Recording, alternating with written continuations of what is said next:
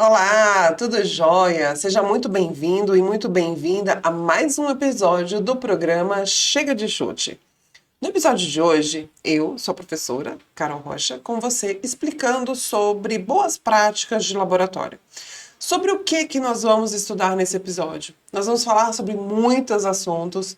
Na plataforma aqui, se você for em arquivo, anexos, você vai ter lá à sua disposição a lista das questões que nós vamos trabalhar agora. Você vai ter um quadro resumo com as palavras-chave que definem cada um dos tópicos e assuntos que a gente vai trabalhar nesse episódio. E eu aconselho que você revise sempre esses conceitos no seu momento do seu ciclo, né, de revisão, que você dê uma olhada, faça os seus resumos manualmente mesmo, para que ajude na sua memorização sobre esses assuntos, tá bom? Que é de extrema importância e geralmente cai nas provas, tá? Então, esse assunto desse nosso episódio vai ser basicamente boas práticas de laboratório. Eu espero que você goste. E qualquer dúvida que você tiver durante o episódio, pode mandar mensagem para mim lá no WhatsApp, no nosso grupinho do programa CDC, para que a gente possa tirar suas dúvidas e estudar juntos. Afinal de contas, é esse o nosso objetivo. Então, vamos começar o nosso programa agora. Bem, então no nosso programa, né, nós vamos falar sobre essas boas práticas de laboratório e na caderneta de aprendizagem nós vamos trabalhar basicamente o controle de qualidade interno, né, é, estou mostrando aqui na tela para você, né, o controle de qualidade interno. A gente vai trabalhar o gráfico de Levy-Janes, as regras de Westgard, qual é a diferença entre controle de qualidade interno e controle de qualidade externo, que você vai ver também que é a mesma coisa de ensaios de proficiência. Exatidão e precisão, a gente vai trabalhar também nesse episódio, e sensibilidade e especificidade. O que nós não vamos trabalhar nesse episódio é curvas de calibração, validação de métodos e qualidade total no laboratório clínico, que são assuntos que caem pouco em prova, que caíram pouco nas provas, né, nesses últimos 2 anos, e a gente vai focar mais nesses assuntos que geralmente são mais cobrados, e você muitas vezes tem mais dificuldade no entendimento desse assunto. Então, vamos começar agora. Vamos começar com a questão do Instituto Consulplan de 2024 para farmacêutico. Essa questão não tem aqui umas bancas tipo a FGV, Fundação Carlos Chagas, a OCP ou outras bancas de maior peso. Mas eu trouxe essa questão porque as provas podem trazer esses conceitos e eu vou usar justamente essa questão para explicar para você vários conteúdos, várias teorias, né, conceitos que podem cair na sua prova uma hora ou outra, tá bom? Então, olhando aqui para a imagem, ele pede para você fazer essa análise, né? E ele traz para a gente aqui, ó, 4 tipos diferentes, 4 alvos diferentes, com pontos de inserção aqui, ó, em locais e com padrões diferentes, certo? Então, o que é isso aqui? O que significa essa imagem, né? Então, ele traz aqui a imagem, você já dá uma olhadinha e já está entendendo que trata-se de controle de qualidade. E vamos fazer a leitura do texto da questão, né? A imagem que representa, hipoteticamente, a inexistência de erros aleatórios, sem comprometimento da precisão e a ocorrência de muitos erros sistemáticos, com comprometimento da exatidão, é dada pela letra. Aí você se pergunta, o que é erro aleatório, erro sistemático, exatidão e precisão? Então, é sobre isso que a gente vai começar a falar. Antes de resolver a questão, vamos defender, vamos entender esses conceitos, né? Então, eu trago aqui para você uma ilustração que eu gosto muito. Vale a pena até você fazer o print. Esses slides também estão disponíveis aqui na plataforma para você, tá bom? Vou colocar, inclusive, vou colocar não, já está também para você os slides no modelo um pouquinho melhor, né, para você fazer suas escritas, conforme um dos nossos alunos, né, uma das nossas alunas sugeriu, né, para fazer impressão e anotação, porque a gente está aqui mesmo para adaptar esses modelos aqui para você, tá bom? Então vamos aqui comigo. Qual é a diferença entre erros sistemáticos e erros aleatórios? Então, Como o nome já diz, erro sistemático, existe uma sistematização, existe uma continuidade. Então, por exemplo, quando a gente fala de erro sistemático e erro aleatório, a gente está sempre pensando no alvo. Qual é o local onde eu preciso acertar? O que significa isso na prática de análises clínicas? É o controle de qualidade interno ou o controle de qualidade externo.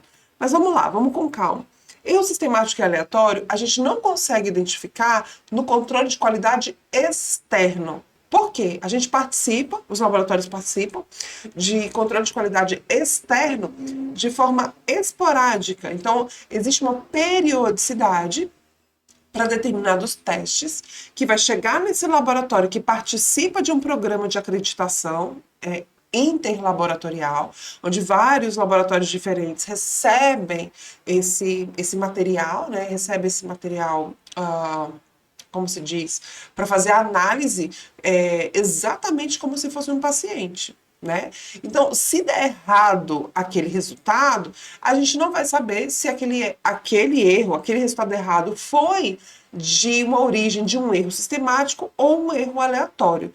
Para a gente descobrir e acompanhar, monitorar e corrigir esses erros, a gente precisa estar fazendo o controle de qualidade interno, que é o controle diário.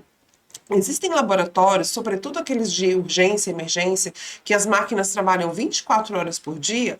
Muitas vezes a gestão da qualidade desses laboratórios decidem passar controle interno mais de uma vez por dia, para monitorar em diversos momentos do dia, durante o plantão, como anda o desempenho analítico e da qualidade daquele instrumento. Existem alguns laboratórios que fazem isso, tá?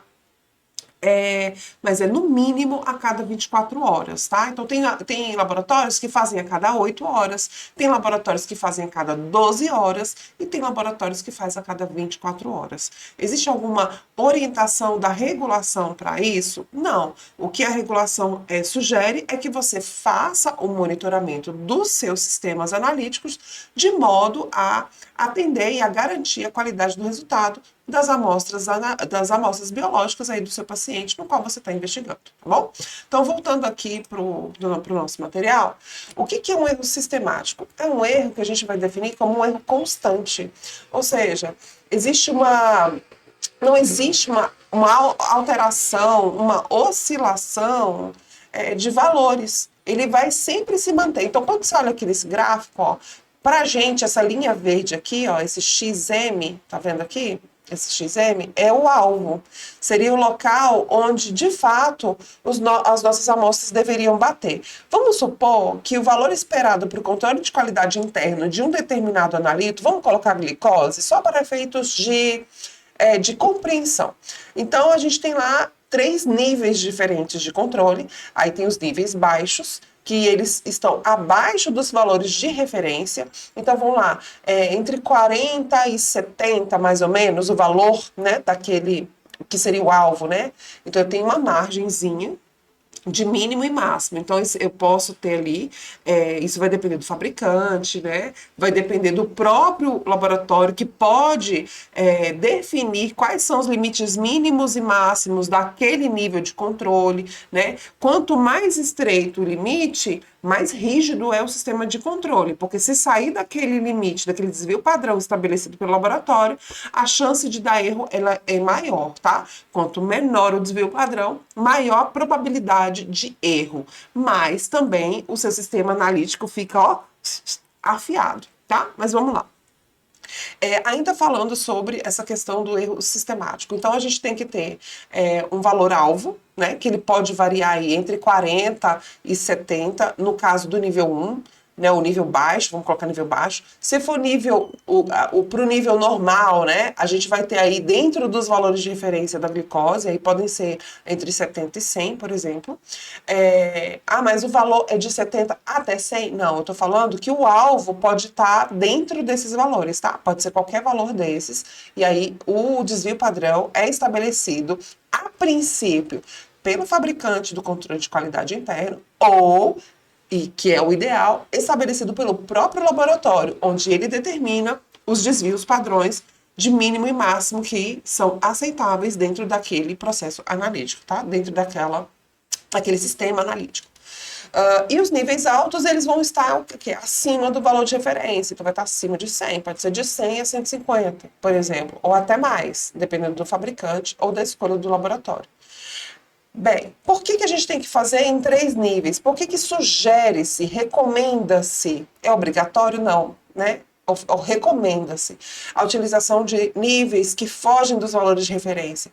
Justamente para saber como anda aí a qualidade do sistema analítico em valores que fogem da normalidade. Será que para valores patológicos, independentemente, são valores inferiores ou superiores, ele vai manter o mesmo nível de qualidade? Isso a gente tem que entender por quê. E por que isso aumentaria o nosso controle de qualidade?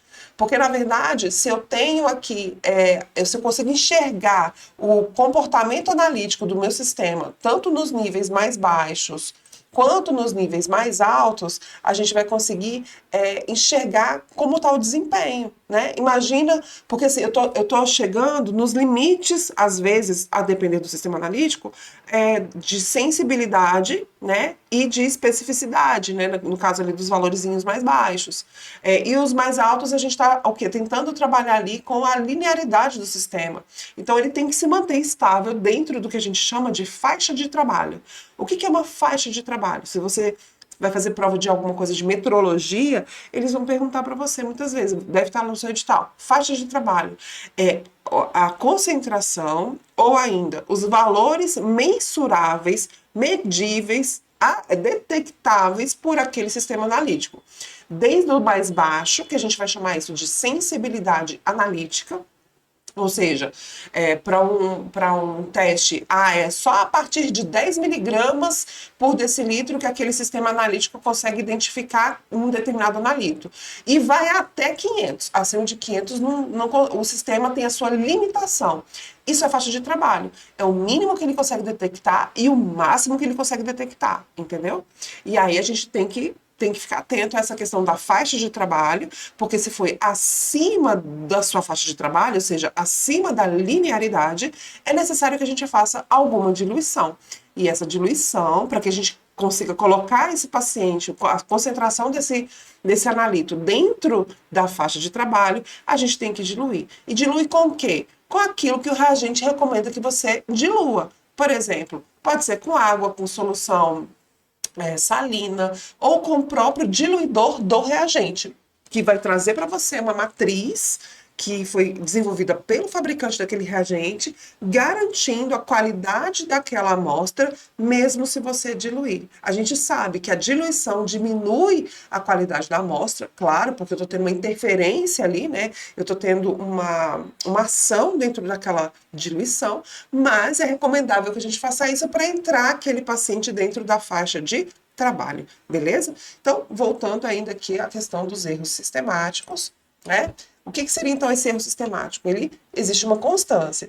Ele pode dar valores constantes tanto acima do alvo quanto abaixo do alvo. Então, por exemplo, vamos supor, aqui essa linhazinha azul, ela é de um desvio para cima e um desvio para baixo. Essa linha amarela é 2 desvios padrões, né, para cima e 2 desvios padrões para baixo. Por isso que tem aqui um sinalzinho de positivo e um sinalzinho de negativo.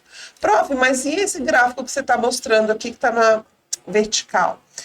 Esse gráfico na vertical mostra para gente uma curva de distribuição normal, conhecida também como curva gaussiana. Nossa meta, né, é atingir quem? O alvo, a média, né, que seria justamente esses pontos aqui do meio, que é a mesma coisa desse verdinho aqui, desse outro gráfico que eu estou mostrando para você. Aí a gente vai ter os limites inferiores, que são os valores negativos aqui deste lado, e os valores positivos aqui deste outro lado, né? Mesma coisa que está aqui nesse outro gráfico coloridinho na horizontal. Qualquer um dos dois modelos pode ser cobrado na sua prova de concurso, tá? Quando e se cair alguma coisa referente à análise de gráficos de controle de qualidade. Quando é que isso vai cair na minha prova? Se no seu edital tiver boas práticas de laboratório, ou se tiver controle de qualidade interno em laboratório, vai cair esse gráfico, ou pode ser que caia esse gráfico. Então, você tem que ter noção de como ele funciona e a interpretação desses resultados. A depender da banca, ele vai querer saber se você sabe isso que eu estou te explicando agora, tá bom? Então, existe uma previsibilidade também no erro sistemático. Então, vamos supor que esse erro é constante. Se é constante, vamos supor que no dia 1, porque aqui são os dias, tá? São o passar dos dias, ou o N da amostra. Como assim o N, prof? É que é o seguinte, não falei para você no início da aula que existem alguns laboratórios que vão fazer controle de qualidade a cada 8, a cada 12 ou a cada 24 horas? Pois é. Então, por exemplo, se um laboratório faz a cada 8 horas, a gente vai ter 3 análises dentro de 24 horas. Então, o 1, o 2 e o 3 está dentro do mesmo dia, por exemplo, tá? Então, vamos supor que aqui, nessa primeira análise, deu aqui esse ponto. E o meu limite que é aceitável, vamos colocar como 2 desvios, tanto para baixo quanto para cima, tá?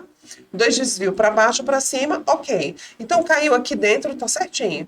Aí, quando for na segunda dosagem daquele mesmo analito, independentemente do nível, se é baixo, médio ou normal, tá? E ambos, os 3, eles precisam ter o mesmo comportamento aqui dentro do gráfico, tá? Se a gente pegar uma folha transparente e colocar os 3 um em cima do outro, eles têm que se sobrepor e acompanhar a mesma característica de repetição, de comportamento da análise. Não adianta o nível baixo dar lá em cima e o nível médio e alto darem abaixo. Tem alguma coisa errada. Aí a gente tem que dar uma olhada ali no sistema analítico para saber o que é, tá? Aí vamos colocar aqui no segundo ponto, ele veio para cá, ó. Tá vendo aqui? Aí o terceiro ponto, ele veio para cá. Falei, uai. Então quer dizer que o quarto ponto, eu acho que vai ser mais um acima, né? Não tem aqui, mas não pode ser assim? Pode. Isso significa, então, que ele é constante e eu tenho uma previsibilidade, tá vendo? Ah, estou prevendo, então, que os próximos pontos vão continuar o quê? Ascendentes. Tem alguma coisa errada? A pergunta é, será que meu sistema está contaminado? Será que o meu reagente está instável? Será que está degradando o meu reagente? Será que eu preciso fazer uma calibração? Será que essa minha água, desculpa, ela está contaminada? O meu sistema analítico, como é que anda a manutenção preventiva? Será que eu preciso fazer uma manutenção corretiva, né? Para que a gente possa ajustar esse controle, voltar ele, ou volta aqui para a média, porque o meu alvo é aqui. E olha onde é que ele tá subindo, existe uma tendência, tá vendo aqui? Então, tudo isso a gente pode enxergar como um erro sistemático.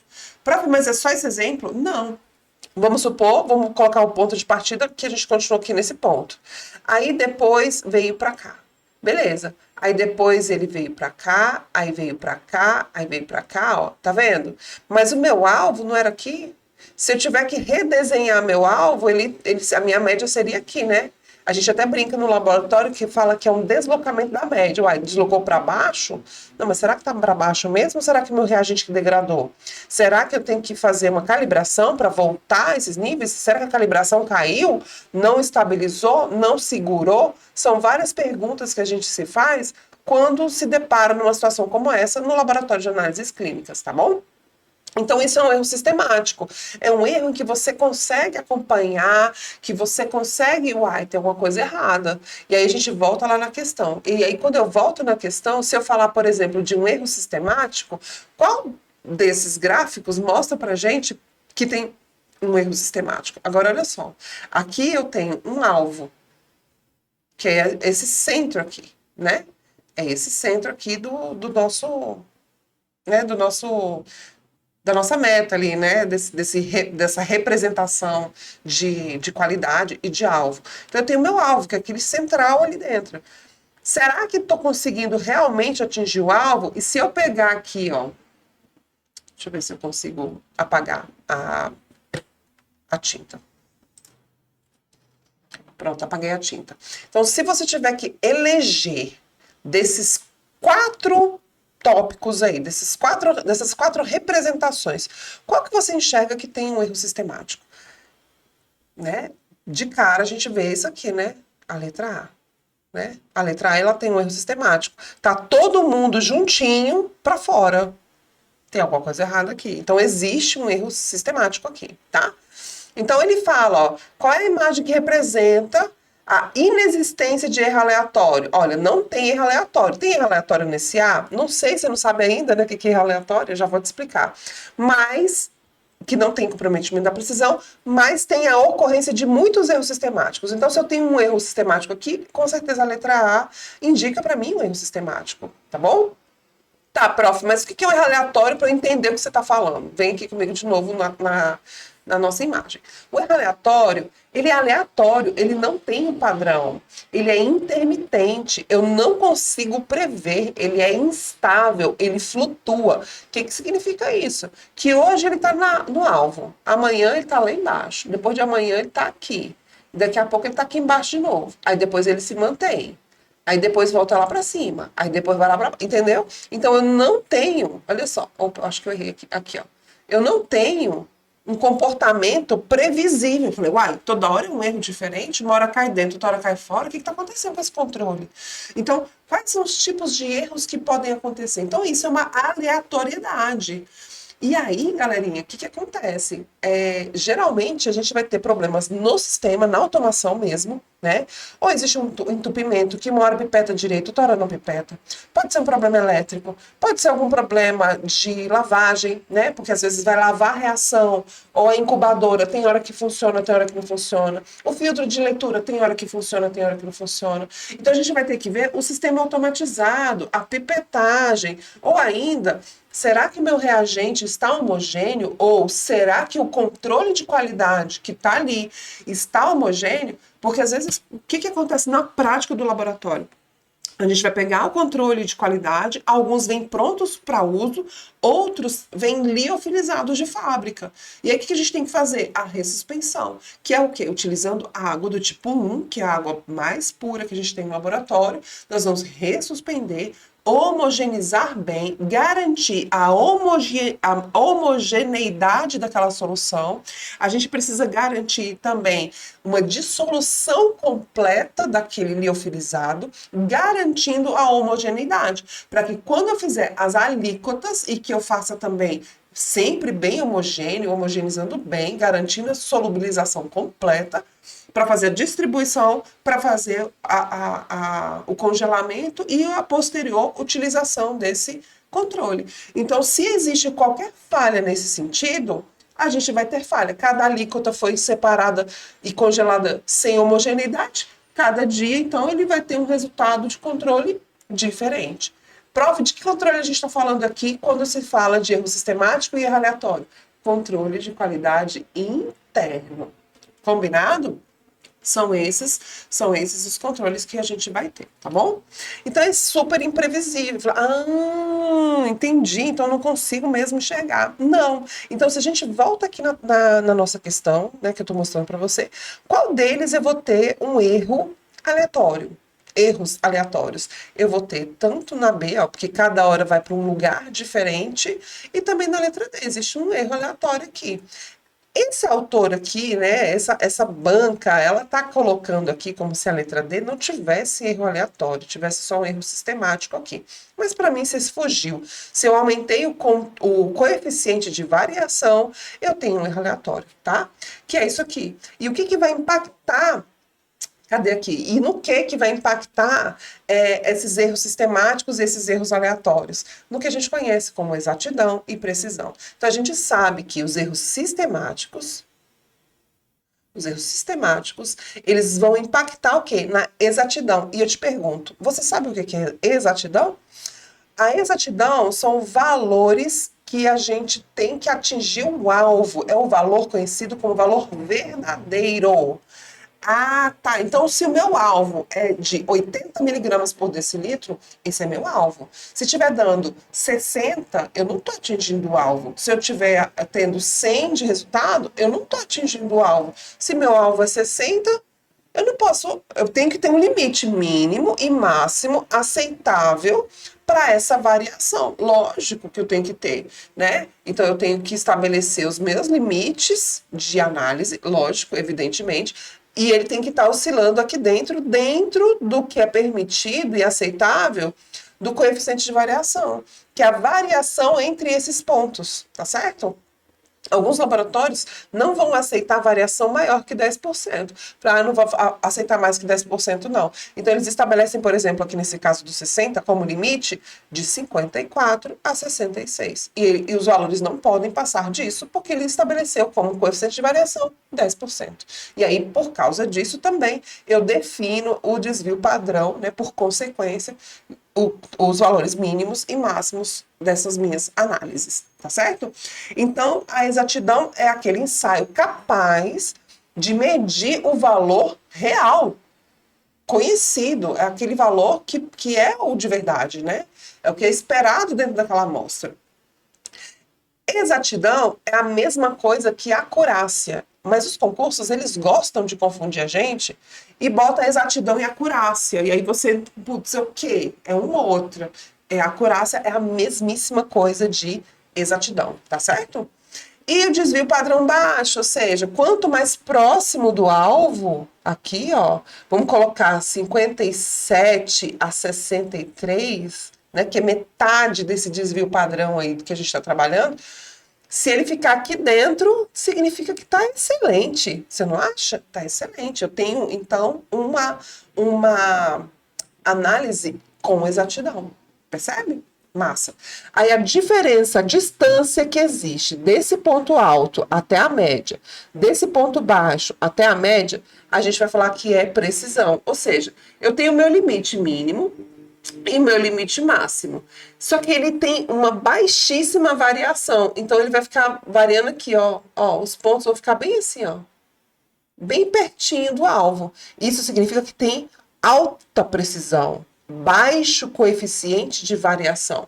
Então eu vou colocar a situação 1, que é essa aqui que eu tô te mostrando, e a situação 2, que é essa daqui, ó. Tá vendo aqui, ó? Que é mais distante os pontos. Tá vendo, ó? Mais distante os pontos. Tá vendo que aqui ele tá fazendo isso aqui? Aí eu te pergunto, ele tá dentro dos limites, inclusive, de um desvio padrão apenas, né?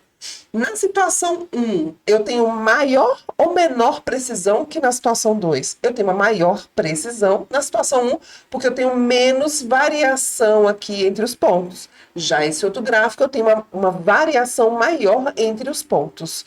E o que pode ocasionar essa variação? Alguns analitos, eles naturalmente, você pode fazer o que for, seu sistema analítico está perfeito, redondinho, nossa, uma maravilha. Mas, a depender do analito que a gente está fazendo, como é o exemplo dos esteroides, testosterona, estradiol, progesterona, são exames que naturalmente a gente vai ter o quê? Um coeficiente de variação biológica maior. Só de ser aquela análise, só de ser um estradiol, eu já sei que eu vou ter naturalmente uma variação maior no meu analito. Porque isso é inerente à molécula que a gente está analisando. Isso independe do sistema analítico. É claro que o sistema analítico de escolha pode aumentar ou diminuir essa variação, a depender da metodologia. Ok, tudo bem. Mas você precisa entender essas diferenças que eu acho super importante aí para você, que extrapola até um pouco aqui a questão de prova, né? Mas eu acho que essas instruções ajudam você, inclusive no seu dia a dia, no seu laboratório de análises clínicas, tá bom? E esses assuntos podem ser cobrados também nas suas provas, tá? Então, a gente fechou aqui exatidão e precisão, ficou legal? Vamos resolver a questão? Então, você já sabe que nesse cantinho aqui, ó, eu tenho um erro sistemático. E eu não tenho um sistema aleatório. Eu tenho, e aqui eu tenho alta precisão ou alta exatidão? Aqui eu tenho precisão. Tá vendo que os pontos estão tudo pertinho do outro, né? Nessa letra A, não tá tudo pertinho do outro? Está. Já nessa situação D, na situação D, D e B, eu tenho o quê? Baixa precisão. Por que? Errei aqui. Precisão. Eu tenho baixa precisão. Então, eu tô o quê? Eu tenho erros aleatórios aqui, não tenho erro sistemático, tá? Então, coeficiente de variação aqui, ele tá lá em cima. Agora, esses dois aqui, ó, a letra A e a letra C, eu tenho na letra A precisão, mas eu não tenho quem? Exatidão, porque eu não atingi o alvo. E quem é que eu tenho precisão e exatidão? A letra C, tá? Então, ó, já tá aqui o gabarito. Então, a imagem que representa, hipoteticamente, a inexistência de erros aleatórios. Então, quem é que não tem erro aleatório? Ah, não tem nem a letra A e nem a letra C. Então, aqui já não é mais o nosso gabarito, a gente vai cortar letras B e D. Aí ele fala assim, a ocorrência de muitos erros sistemáticos. Se eu tenho muito erro sistemático com comprometimento da exatidão, qual que vai ser, então? A letra A. Porque na letra C eu não tenho erro sistemático, né? Ele está atingindo o alvo. Ele não está exato. Beleza. Então, o nosso gabarito é a letra A. Ah, eu acho que você gostou dessa não gostou, não? Conta aí pra mim, tá? Depois você conta pra mim lá no grupo o que você achou dessa explicação aqui, dessa aula para você. Eu acho muito legal esse assunto. E se precisar de orientação, é só dar o grito. Vamos para a próxima questão?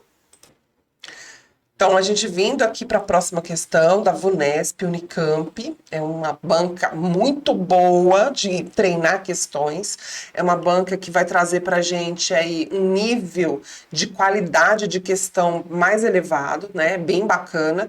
Então, vamos lá ler essa questão e eu vou já te orientando conforme a gente vai lendo, tá bom? Os analisadores que possuem amplos menus, o que significa amplo menu? Faz um monte de exame, vai fazer marcador cardíaco, marcador de drogas, vai fazer e geralmente são imunoensaios de modo geral, tá? Olha aqui, ó, ele traz aqui, ó, com testes quantitativos das especialidades laboratoriais de bioquímica, imunologia, hormônio, marcadores tumorais, trouxeram para as rotinas laboratoriais comparativamente aos testes manuais e semi-automatizados. O que eles estão dizendo aqui no enunciado? Que os sistemas automatizados estão aumentando muito o menu, existe uma amplitude muito maior de exames para a gente fazer, né? Que está na rotina do nosso laboratório quando a gente compara com os testes manuais e semi-automáticos, né? Aí ele fala aqui pra gente, ele coloca aqui para a gente completar essa frase, né? Então, os analisadores que possuem amplo menu, parará, trouxeram para as rotinas laboratoriais, comparativamente aos testes manuais e semi-automatizados, menor grau de exigência técnica de seus colaboradores, operadores e supervisores e maior produtividade. O que você acha? Você acha que trouxe um menor grau de exigência técnica ou um maior grau de exigência técnica? Eu acho que aqui foi um maior grau de exigência técnica. Eu preciso entender o quê? De automação, além de entender de fazer exame, tá? Então aqui essa alternativa está errada. Letra B.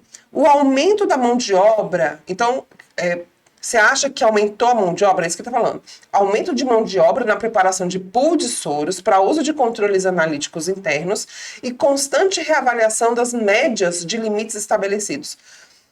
A automação trouxe um aumento da mão de obra na preparação de pool? Não faz nem sentido isso que ele está falando, porque os nossos controles, eles são praticamente todos comprados, a gente não tem que fazer pool. Existem alguns exames muito específicos, e geralmente são de hemostasia, que a gente faz o pool, mas não é o caso aqui, então a alternativa B também está errada. Letra C. Trouxe menor risco e incidência de falha humana na transição de dados brutos e na troca de amostras pela utilização de tubos primários e leitura de código de barra em processo randômico. Essa aqui tá certinho, com certeza vai ser o gabarito. Vamos ver. Vou te explicar o que ele diz aqui. Menor risco e incidência de falha humana. A gente erra mais ou menos no sistema automatizado? Erra muito menos. Porque no manual, eu tenho que pipetar. O meu polegar, ele não tem uma padronização. Eu posso apertar um pouquinho de nada a mais ou um pouquinho de nada a menos. Ainda mais se aquela resistência da pipeta não tiver bacana. Porque, às vezes, com o uso, até a molinha ali do primeiro e do segundo estágio da pipeta vai atrapalhar a gente na hora de fazer, né, a pipetagem das nossas amostras. Então, é claro que houve uma menor incidência de erro. Na transição de dados brutos, sabe que a gente fazia? Antes da automação, a gente tinha que digitar os resultados no computador ou escrever nos mapas de trabalho. Isso pode gerar erro humano. Às vezes uma pessoa lê, deixa eu ver, tipo assim, o número 1 e na verdade é o número 4. Acontece, a depender da caligrafia da pessoa, né? Então, a automação diminuiu esse erro. Inclusive, a gente tem na automação uma coisinha chamada interfaceamento, que é a conexão da automação, né, com o sistema de laudos, né, de cadastros do laboratório. Então é super interessante isso, que ele joga esses dados, existe uma troca de informação de dados, que a gente vai chamar isso de interfaceamento bilateral, então da máquina para o sistema, do sistema computacional, né, do sistema do laboratório para a máquina, e a gente consegue fazer essa conversa entre os dois, estabelecendo os limites aí, essa questão da troca de informações e de dados brutos, né? Na troca de amostras pela utilização de tubos primários, ou seja, eu não preciso mais transferir a minha amostra para uma cubetinha para colocar. Não, eu posso usar um tubo que a gente coleta no braço do paciente no momento da coleta, eu só coloco dentro da automação e ele vai, né? Então eu não preciso nem trocar o tubo, é o mesmo tubo. E detalhe, alguns sistemas automatizados eu não preciso nem tirar a tampa, já outros precisam, mas outros não precisam, a própria máquina faz a retirada da tampa ou faz a perfuração da rolha, né, da rosquinha, para que a gente possa fazer a análise, tá? Então, e leitura de códigos de barra em processo randômico. O que é randômico? Essa automação. Ele vem, bipa, o código de barra vem para o próximo, bipa, vai para o próximo. Então, é randomizado.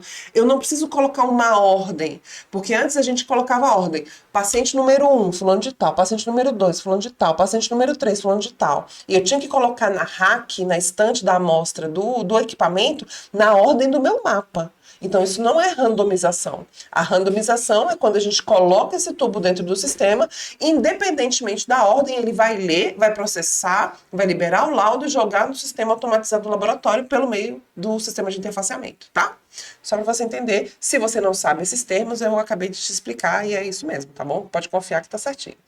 E a letra D, vamos lá. Aumento do número de repetições e calibrações, utilização de maior volume de amostras por teste. A gente não precisa de maior amostra por teste, na verdade, né? O que a gente precisa, o que eu trouxe, na verdade, a automação foi o aumento de testes por amostra. Eu não preciso mais coletar 5 tubos por conta do volume de amostra, porque na automação o volume que a gente pipeta é infinitamente menor. A gente pipeta 10 microlitros, 20 microlitros o sistema automatizado, sendo que antigamente a gente tinha que pipetar 100, 150 microlitros, né?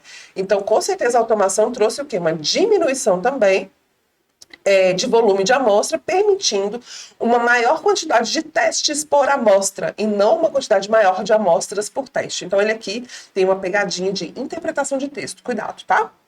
E a letra E, então essa letra D está errada, e a letra E, independência para a realização das manutenções preventivas preconizadas pelos fabricantes e dispensa teste de proficiência. Nada disso. Independentemente do sistema analítico, a gente vai fazer controle de proficiência para quê? Para ver justamente se o nosso sistema analítico tem exatidão ou não. Então, gabarito da nossa alternativa é a letra C, né? A letra C é o nosso gabarito.